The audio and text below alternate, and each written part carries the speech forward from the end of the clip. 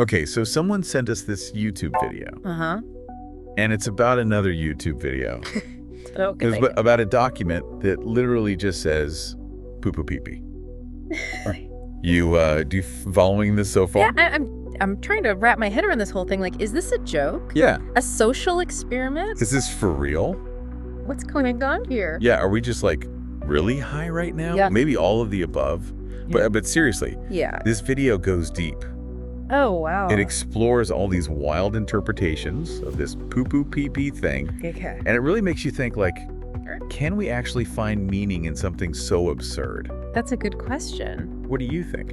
Well, the video starts out with this whole lost language theory, which, let's be real, is kind of hilarious. Right. Poopoo Peepee does not exactly scream ancient civilization. No, it's not exactly the Rosetta Stone. Right. Maybe it's like the secret language of toddlers. Huh.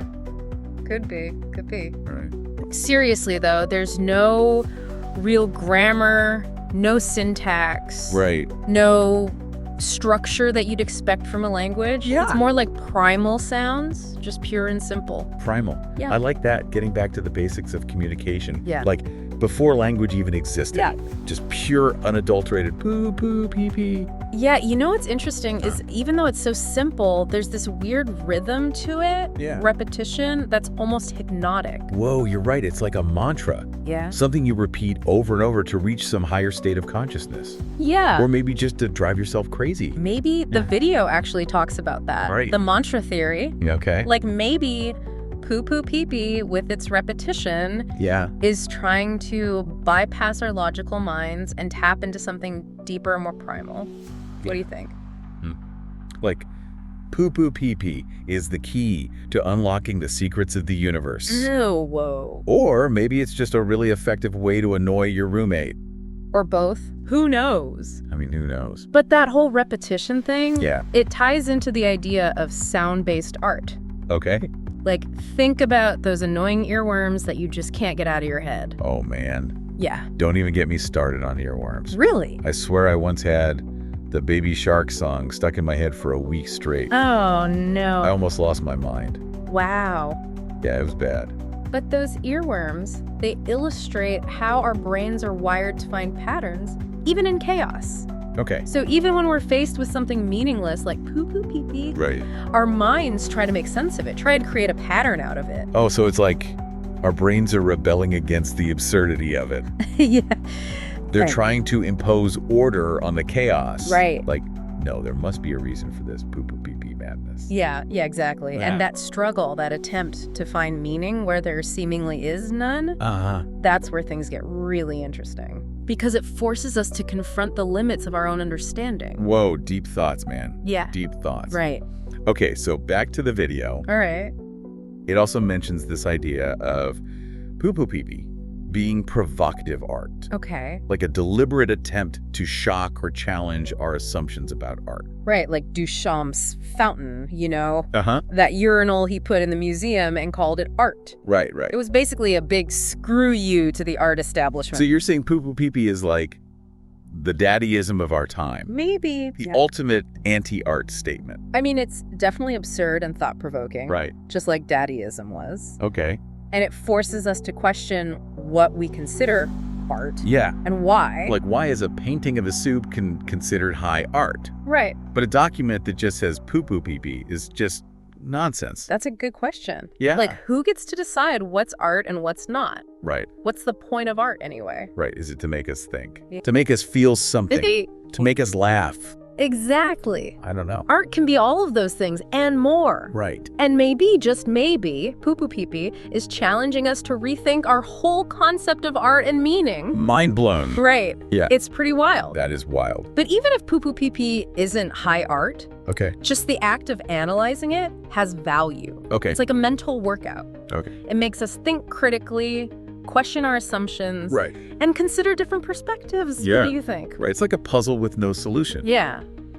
But the journey of trying to solve it Mm. is where the real fun lies. Exactly. And that ability to analyze, to question, Yeah. to think critically. Right. That's more important than ever in today's world. Okay. Where we're bombarded with information from all sides. So Poopoo Peepee is like a philosophical treatise disguised as nonsense. Possibly. Man, it just keeps getting deeper and deeper. It's like the more we try to make sense of it, the more questions it raises. Right. Which I think is kind of the point. So what you're saying is the real meaning of Poopoo Peepee is that there is no meaning. Well, it's not that there's no meaning. Oh. It's more like the meaning is in the act of searching for it. Whoa. It's about embracing the absurdity, the uncertainty, the mystery of existence. Dude, that's deep. It is. Like, seriously deep. I need a minute to process this. Okay. Like, for real. Right. All right, I think we've sufficiently fried our brains trying to decipher the meaning of Poopoo Peepee. But what about you listening in? You picking up what we're putting down. Right.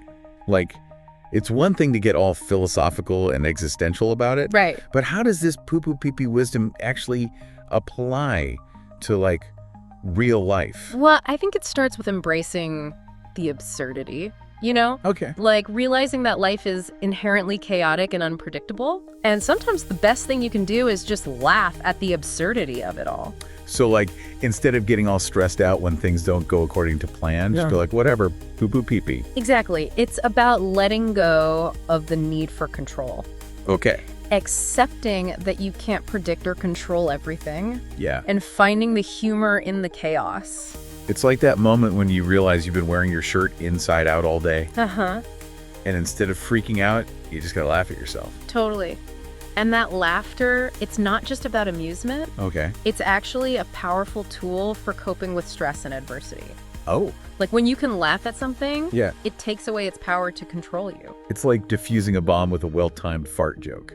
Okay, maybe not exactly like that. Okay. But the point is, Right. humor can help us reframe our perspective, see things in a new light, Okay. and find a way to move forward even when things are tough. So, more laughing, less stressing. I can definitely get behind that philosophy. And you know what else helps? What's that? Trying new things. Okay. Breaking out of your routine. Right. And embracing the unexpected. Okay. Like instead of taking the same route to work every day, Yeah. try that weird alleyway you've always been curious about. Right. Who knows what adventures await? Ooh, that's a good one. Yeah. It's like shaking up your neural pathways, introducing a little chaos into your brain. Exactly. Yeah. It's about pushing your boundaries, challenging your comfort zone. Okay. And opening yourself up to new experiences. It's like the more you explore, the more you realize how vast and strange and wonderful the world is. And the more you realize that your own perspective is just one tiny sliver of the whole picture. Which is kind of humbling. Yeah. But also really exciting, right? Absolutely. Because it means there's always more to learn, more to discover, more to experience. And that sense of wonder, that curiosity, that's what keeps life interesting. But let's not forget about the importance of skepticism. Right. Sorry. Like in this world of information overload and fake news, Yeah. it's more important than ever to be able to discern what's real and what's not. We can't just blindly accept everything we see and hear. Right. We got to be like those detectives on TV, you know? Right. Always questioning, always looking for clues, always trying to get to the bottom of things. Except instead of solving crimes, Yeah. we're solving the mystery of what's true and what's BS. Right. And it's not always easy No. because there's so much information out there. Yeah. And it's coming at us from all directions. It's like we're drowning in a sea of information. Yeah. And we need a life raft of critical thinking skills to stay afloat. I like that analogy. And those critical thinking skills, they involve things like questioning sources, Right. evaluating evidence, Right. and considering different perspectives. So, like, if my crazy uncle starts ranting about lizard people controlling the government, I should probably do a little fact-checking before I join his revolution. Probably a good idea. But even then, Okay? it's not about shutting down conversations. Right. It's about engaging with them thoughtfully. Okay. Like, try to understand where your uncle is coming from. Right. What sources he's relying on. Right. What biases might be shaping his views. So it's not about being right or wrong. Right. It's about having a healthy skepticism and a willingness to learn from different perspectives. Exactly. It's about recognizing that we all have our own biases and blind spots. Okay. And the best way to overcome them is to be open to different viewpoints. Right. And engage in respectful dialogue. Which is kind of hard in this day and age. It is. When everyone's shouting their opinions from the rooftops. Yeah. And nobody's really listening to each other. It is hard, but I think it's more important than ever. Yeah. Like, if we can't even agree on what's real anymore, Right. how are we going to solve any of the real problems facing the world? Right. Like, we're so caught up in our own echo chambers Yeah. that we've forgotten how to have a real conversation. Exactly. And that's why I think this whole Poopoo Peepee thing is so relevant. Okay. Because it forces us to step outside of our comfort zones, Yeah. question our assumptions, Right. and consider the possibility that we might be wrong. It's like a reminder that sometimes the most profound wisdom comes from the most unexpected places. Yeah. Or maybe it's just a bunch of crap. Who knows? Maybe both. Yeah. But I think that's kind of the beauty of it. Like, it's open to interpretation. You Yeah. can read into it whatever you want. Like a Rorschach test for the soul. I like that. A Rorschach test for the soul. Yeah. What do you see when you look at Poopoo Peepee? Honestly, right now I see a giant question mark. Okay. Like a symbol of the unknown, Yeah. the unknowable, the mysteries of the universe that we may never fully understand. All right, so we've gone deep into the philosophical abyss with Poopoo Peepee. We've laughed, we've cried, we've questioned the very fabric of reality. But now let's bring it back down to earth for a minute. Okay. How can we, the humble listeners, Right. actually integrate this Poopoo Peepee wisdom into our daily lives? Well, I think it starts with cultivating that sense of playful curiosity. You know, like, Right. remember when you were a kid Yeah. and everything was new and exciting and you Yeah. weren't afraid to ask questions and explore the world around you? Yeah, back when Poopoo Peepee was still a socially acceptable topic of conversation. Exactly. But seriously, think about what made you curious back then. Right. What sparked your imagination? What made you want to learn and discover new things? Yeah. And how can you tap back into that childlike sense of wonder as an adult? That's a good question. I guess it's about finding those things that make you go, whoa, that's cool. Yeah. Or, huh, I never thought of it that way before. Right. Like maybe it's learning a new skill, taking a different route to work, Yeah. or striking up a conversation with a stranger. Exactly. It's about breaking out of your routine, challenging your assumptions, Okay. and opening yourself up to new experiences. Yeah. And it doesn't have to be anything big or dramatic.